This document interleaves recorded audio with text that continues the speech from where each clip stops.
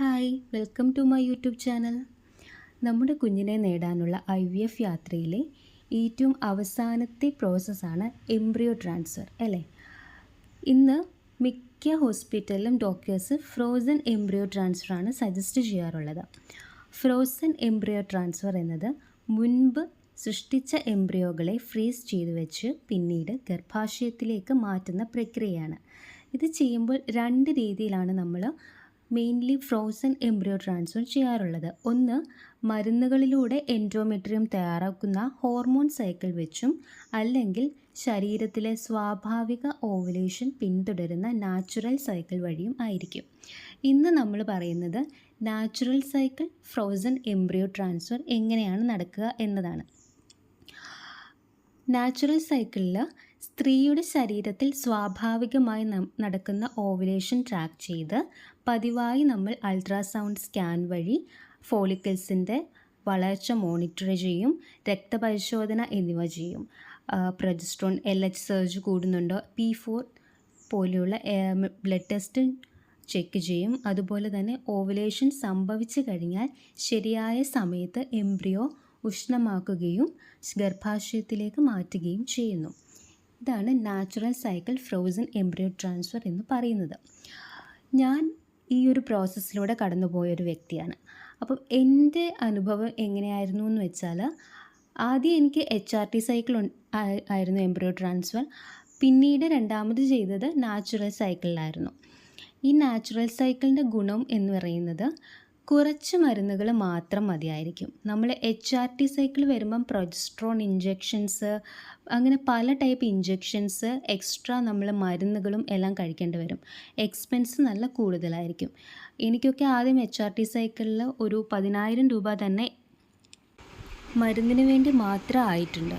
അപ്പോൾ അത്രയും കോസ്റ്റ്ലിയാണ് നമ്മൾ HRT വഴി എംബ്രിയോ ട്രാൻസ്ഫർ ചെയ്യുമ്പോൾ.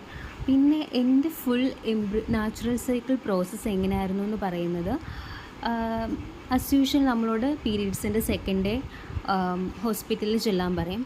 ഹോസ്പിറ്റലിൽ ചെന്നിട്ട് നമ്മുടെ ഫോളിക്കിൾസിൻ്റെ സൈസ് എല്ലാം നമ്പേഴ്സും എല്ലാം അൾട്രാസൗണ്ട് വഴി സ്കാൻ ചെയ്യും. എന്നിട്ട് ആക്ച്വലി ഞാനൊരു കാര്യം പറയാം, എൻ്റെ ഹോസ്പിറ്റലിൻ്റെ മെത്തേഡാണോ എല്ലാ ഹോസ്പിറ്റലും ഇങ്ങനെ ആണോ എന്ന് എനിക്ക് കറക്റ്റ് അറിയില്ല. എൻ്റെ ഹോസ്പിറ്റലിൽ ആക്ച്വലി എനിക്ക് ഈ ഇതിനും മൊത്തത്തിൽ 2 പ്രാവശ്യം മാത്രമേ വിസിറ്റ് വന്നിട്ടുള്ളൂ. മൂന്നാമത്തെ വിസിറ്റ് നമുക്ക് ET ഡേ ആയിരുന്നു. പീരീഡ്സിൻ്റെ സെക്കൻഡ് ഡേ നമ്മൾ പോയി, എന്നിട്ട് ഡോക്ടർ ഫോളിക്കിൾസും യൂട്രസിൻ്റെ ഇത് വേറെ ഇഷ്യൂ ഒന്നുമില്ല, സിസ്റ്റൊന്നുമില്ല എന്ന് ഓക്കെ ആയിട്ട് ശേഷം നമ്മളോട് ജസ്റ്റ് ലിട്രസോൾ ടാബ്ലറ്റാണ് എനിക്ക് സജസ്റ്റ് ചെയ്തത്. 5 mg ലിട്രസോൾ ടാബ്ലറ്റ് 2 നേരം കഴിക്കാൻ പറഞ്ഞു, 5 ദിവസം. അങ്ങനെ 5 ദിവസം കഴിഞ്ഞിട്ട് പിന്നെ എന്നോട് എൻ്റെ പീരീഡ്സിൻ്റെ ഒരു 12th, ഞാൻ കറക്റ്റ് ഓർക്കുന്നില്ല, 12th or 11th or 12th day ചെല്ലാനാണ് പറഞ്ഞത്. 11ാമതോ 12ാമത്തെയോ ദിവസം. അങ്ങനെ ഞാൻ ആ ഒരു ഡേ ചെല്ലുന്നു. ആ ഡേ ചെല്ലുമ്പോഴത്തേക്ക് എൻ്റെ ഓവുലേഷൻ നടക്കാറായി. എല്ലാം follicle size, dominant follicle matured സൈസിൽ നിൽക്കുമായിരുന്നു. അന്ന് എന്നോട് രാവിലെ തന്നെ ചെല്ലാൻ പറഞ്ഞിട്ടുണ്ടായിരുന്നു ഹോസ്പിറ്റലിൽ. ബിക്കോസ് ഓവുലേഷൻ എങ്ങാനും നേരത്തെ നടന്നാലോ അതറിയാൻ വേണ്ടി ആ ഒരു ഡേ ഞങ്ങൾ രാവിലെ തന്നെ ഒരു 9 മണിയൊക്കെ ആയപ്പോൾ തന്നെ നമ്മൾ ഹോസ്പിറ്റലിൽ ചെന്നു, സ്കാൻ ചെയ്തു. അപ്പം follicle size, dominant follicle matured ആയിട്ട് നിൽക്കുകയാണെന്ന് പറഞ്ഞു. അപ്പം എൻ്റെ കറക്റ്റ് ആയിരുന്നു ആ ഒരു പ്രോസസ്സ് എല്ലാം വരുന്നത്. അങ്ങനെ എനിക്ക് സ്കാനിങ് എല്ലാം കഴിഞ്ഞു, എല്ലാം റെഡി ആയപ്പം അന്ന് തന്നെ നമുക്ക് HCGയുടെ ട്രിഗർ ഷോട്ട് തരും. ട്രിഗർ ഷോട്ട് ചെയ്ത് 24 or 48 ഐ തിങ്ക് ആ ഒരു അവേഴ്സിനുള്ളിൽ നമുക്ക് ഓവുലേഷൻ എന്തായാലും നടക്കും. സോ അന്ന് തന്നെ ഞാൻ HCG ഇഞ്ചെക്ഷൻ എടുത്തു. പിന്നെ എനിക്ക് ആ ഒരു എംബ്രിയോ ട്രാൻസ്ഫർ എന്ന് പറയുന്നത് day 5 ആയിരുന്നു. സോ 5 days കഴിഞ്ഞിട്ട് എൻ്റെ എംബ്രിയോ ട്രാൻസ്ഫറിൻ്റെ ഡേറ്റ് ഇട്ട് തന്നു. ആക്ച്വലി എനിക്ക് ഈ ഒരു പ്രോസസ്സിൽ ആകെപ്പാടെ 3 days മാത്രമേ ഹോസ്പിറ്റൽ വിസിറ്റ് ഉണ്ടായിട്ടുള്ളൂ. അത് മേ ബി ഡോക്ടേഴ്സിൻ്റെ ഇതായിരിക്കാം, എല്ലാ ഹോസ്പിറ്റലും ഇങ്ങനെ ആകണം എന്ന് ഒരിക്കലുമില്ല. എൻ്റെ ഹോസ്പിറ്റലിലെ കാര്യമാണ് ഞാൻ പറഞ്ഞത്. പിന്നെ നാച്ചുറൽ സൈക്കിളിൽ നമ്മൾ കഴിക്കുന്ന മെഡിസിൻസിനെ കുറിച്ച് പറയുകയാണെങ്കിൽ, നമുക്ക് നേരത്തെ പോലെയുള്ള ഇഞ്ചെക്ഷൻസ് ഒന്നും തന്നെ ഈ സൈക്കിളിൽ കാണില്ല. നമുക്കൊരു പ്രൊജസ്ട്രോൺ ടാബ്ലറ്റ് ഉണ്ടായിരിക്കും, ഡൈഡ്രോജസ്റ്റോൺ എന്ന് പറയുന്നത്, നിങ്ങൾക്കെല്ലാം ഫെമിലിയർ ആയിരിക്കും.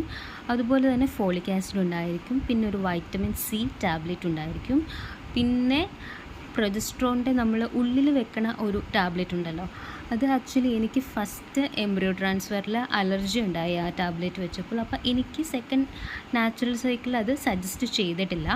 ബട്ട് അലർജി ഇല്ലാത്തവർക്ക് may be doctors progesterone tablet ഉള്ളിൽ വെക്കാൻ കൂടെ സജസ്റ്റ് ചെയ്യും.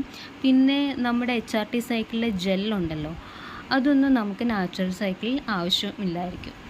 വളരെ കുറച്ച് മരുന്നുകൾ മാത്രമേ നമുക്ക് നാച്ചുറൽ സൈക്കിൾ വഴി ഫ്രോസൺ എംബ്രിയോ ട്രാൻസ്ഫർ ചെയ്യുമ്പോൾ ആവശ്യമാകുകയുള്ളൂ. അപ്പോൾ അത്രയും നമുക്ക് കോസ്റ്റ് കുറയുകയായിരിക്കും.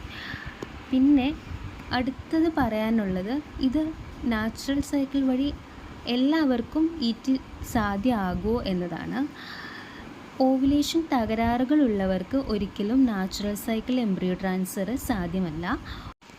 PCOD പോലെയുള്ള ഇഷ്യൂസ് ഉള്ളവർക്ക് മേ ബി എല്ലാ മന്തും പീരീഡ്സ് കറക്റ്റായിട്ട് വരണമെന്നില്ല. അപ്പം അവർക്കൊന്നും നാച്ചുറൽ സൈക്കിളിൽ നമുക്ക് ഓവുലേഷൻ കറക്റ്റ് വരുന്നുണ്ടോ എന്ന് ഡിറ്റക്ട് ബുദ്ധിമുട്ടായിരിക്കും. അപ്പം അവരുടെ കേസിലൊന്നും നമുക്ക് ഈ ഒരു പ്രോസസ്സ് പറ്റില്ല. അതുപോലെ തന്നെ അൾട്രാസൗണ്ട് സ്കാനിങ്ങിന് മേ ബി ഒരു 5-6 പ്രാവശ്യം ഡിപ്പെൻഡഡ് ആണ് ഹോസ്പിറ്റലിൽ വരേണ്ട വരും. നമ്മുടെ എഗ്സ് മെച്യൂർഡ് ആയോ, അത് ഓവുലേഷൻ നടക്കാറായോ എന്ന് നമുക്ക് നോക്കാൻ വേണ്ടി. അപ്പം ഈ 2 ഡിസഡ്വാൻറ്റേജാണ് നാച്ചുറൽ സൈക്കിൾ എംബ്രിയോ ട്രാൻസ്ഫറിൽ ഉണ്ടാകുന്നത്. ബാക്കി എല്ലാം compared to HRT cycle cost വളരെ കുറവായിരിക്കും. പിന്നെ സക്സസ് റേറ്റ് വരുന്നത് നാച്ചുറൽ സൈക്കിൾ ആണെങ്കിലും HRT ആണെങ്കിലും ഒരേപോലെ തന്നെ ആയിരിക്കും. ഒന്നും നമുക്ക് കൂടുതലുണ്ട് കുറവുണ്ട് എന്ന് പറയാൻ ആകുകയില്ല. ഇത്രയാണ് നാച്ചുറൽ സൈക്കിൾ എംബ്രിയോ ട്രാൻസ്ഫറിനെ കുറിച്ച് നമുക്ക് പറയാനുള്ളത്. നാച്ചുറൽ സൈക്കിൾ എംബ്രിയോ ട്രാൻസ്ഫർ പല ദമ്പതികൾക്കും സ്വപ്നമായ മാതൃത്വത്തിലേക്കുള്ള ഒരു പ്രകൃതി സഹജമായ വഴിയാണ്. നിങ്ങളുടെ ചികിത്സയ്ക്ക് ഏത് മാർഗമാണ് മികച്ചത് എന്ന് തീരുമാനിക്കാൻ നിങ്ങളുടെ ഫെർട്ടിലിറ്റി സ്പെഷ്യലിസ്റ്റുമായി സംസാരിക്കുക. കൂടുതൽ IVFമായി ബന്ധപ്പെട്ട വീഡിയോസിനായി ചാനൽ സബ്സ്ക്രൈബ് ചെയ്യുക.